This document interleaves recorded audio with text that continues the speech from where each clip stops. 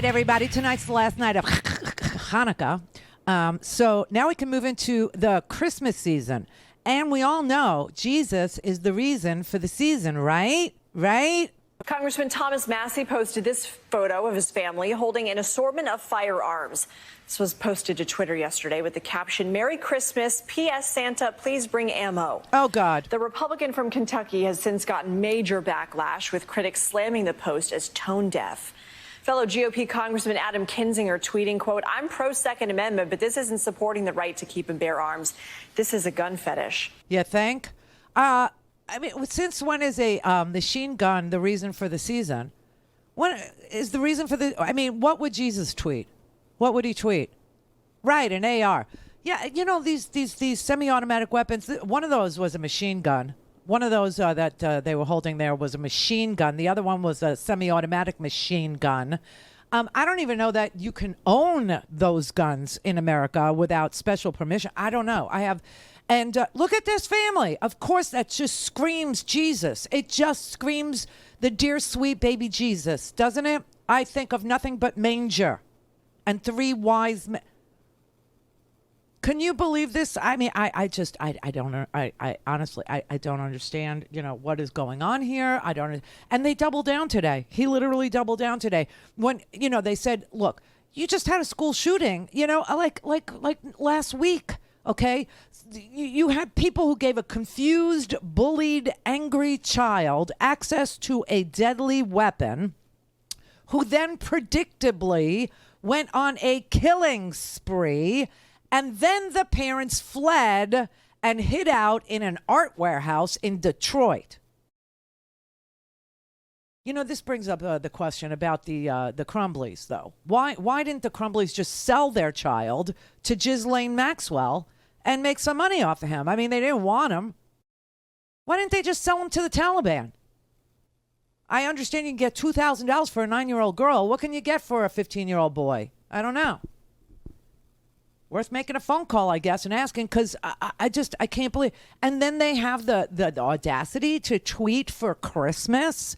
I mean, it looks like, oh, wait. Maybe they're from Kentucky. Maybe they thought peace on earth was spelled P-E-I or P-I-E-C-E. Maybe they thought it was peace. Like, oh, please. Do you know what this looks like? Look at that. That looks like a parody of a Christmas card. That looks like something that would have been in the old National Lampoon. That looks like something that, I swear to God, thank God they, you know, that's going to be on SNL next Saturday. That'll be on SNL. You know, and it's worse because of the Michigan killings. You know, that makes it even more offensive.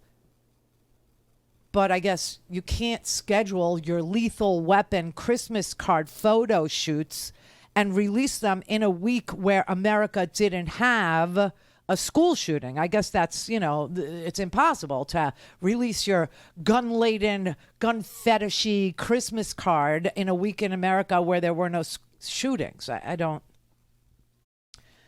And the caption on that, do you see it? It said, the caption on that says, "Merry Christmas, P.S. Santa, please bring ammo."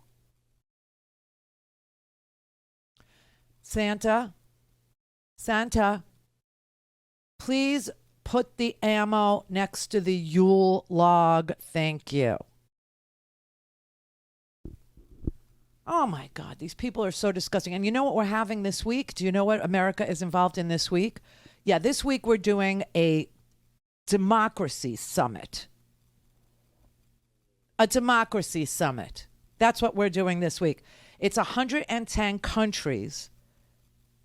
And we're virtually hosting it. And the only thing that is sort of not ironic about hosting a democracy summit this year is that Donald Trump isn't the president, because that would be the height of irony. And, you know, you would have like, symposiums featuring Kim Jong-un and Vladimir Putin, right?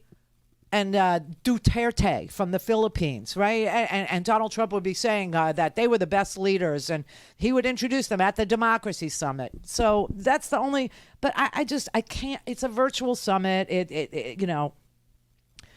Which works out, because where in America would you hold a democracy summit these days? Certainly not in Kentucky with Thomas Massey being your congressman there and that being his Christmas card and all. You can't hold a democracy summit in Georgia, right? Because in Georgia, it depends on who your Secretary of State is, and then perhaps you can make a phone call and find 11,000 votes. Where in the world, where in America can you have a democracy summit? North Carolina, who's very busy gerrymandering. Texas, we just sued Texas today. The Department of Justice had to sue Texas today for an extreme gerrymander. They got a look-see at the maps in Texas, and they had to sue them because it's a racial gerrymander. I don't even know. Like the only fun part of having a democracy summit this week, the only fun part is that it will set Tucker Carlson's hair on fire.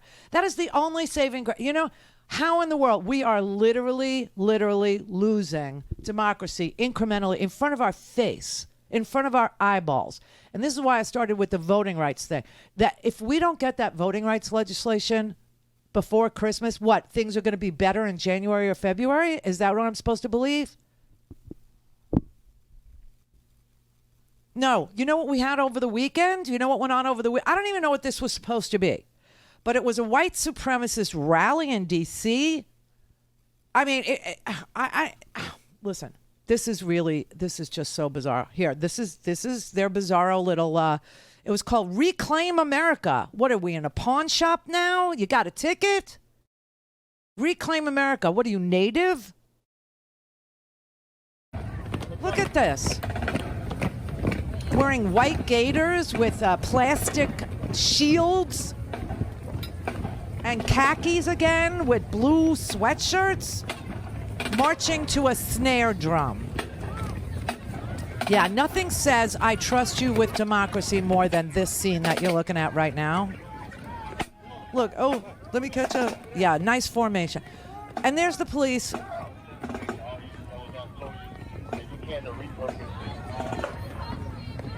I don't even know what this is, okay? I have no idea what this is. I will tell you that it was called Reclaim America. This was the group that used to call themselves American Vanguard or Patriot Vanguard or something. And they had to change their name. You know why they had to change their name? Because that Fields piece of dung that hit Heather Heyer and killed her at the Unite the Right rally, he was part of that group. So they changed their name. And here's the kicker. They didn't properly arrange for rides home, and they ended up stranded in the park in the darkness for hours. These are the same people who gave Joe Biden crap about not having an Afghanistan exit strategy. They ended up waiting for hours in a dark park. I mean, why didn't we just cite them for littering? They are white trash. Just saying. If the name fits, wear it.